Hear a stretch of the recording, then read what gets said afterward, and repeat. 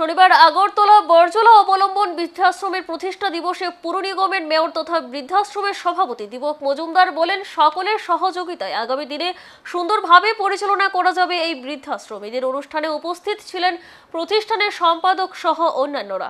1999 সালের 18ই মে রাজধানীর কিছু বিশিষ্ট ব্যক্তিদের হাত ধরে এটি গড়ে ওঠে। প্রয়াত প্রাক্তন মুখ্যমন্ত্রী সুধীর রঞ্জন মজুমদারের প্রয়াত স্ত্রী মিলন প্রভা মজুমদারেরও অবদান রয়েছে এই আশ্রম প্রতিষ্ঠার ক্ষেত্রে।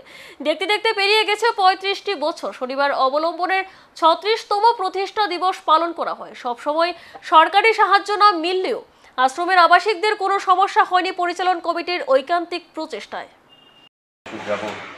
আমাদের বৃদ্ধা মায়েরা যারা পরিষেবা পেয়ে এসছে,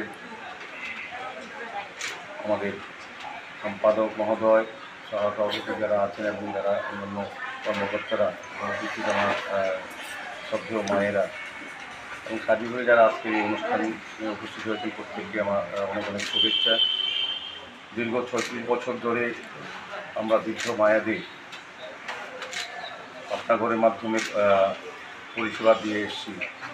শুরুতে আমাদের যে অবস্থা ছিল তার থেকে এখন এই রাজ্যে যতগুলি বৃদ্ধাশ্রম আছে তার মধ্যে অন্যতম নির্ভরযোগ্য, স্বচ্ছ এবং সততার সহিত আমাদের সবাই পরিচালনার সঙ্গে যারা যুক্ত আছেন তারা পরিচালনা করছেন এবং রাজ্য সরকার, কেন্দ্রীয় সরকার বিভিন্ন ব্যক্তিগুলো যারা আছেন বা আসেন আমাদের এই ভিজিট করতে বা কিংবা এই অনুষ্ঠানে যোগ দিতে বিভিন্ন পর্যায়ে, তারা কিন্তু সবাই প্রশংসা করেন যে হোম অতি সুন্দরভাবে এবং স্বচ্ছভাবে, সততার সহিত এবং আন্তরিকতার সহিত মায়েদের পরিষেবা করে।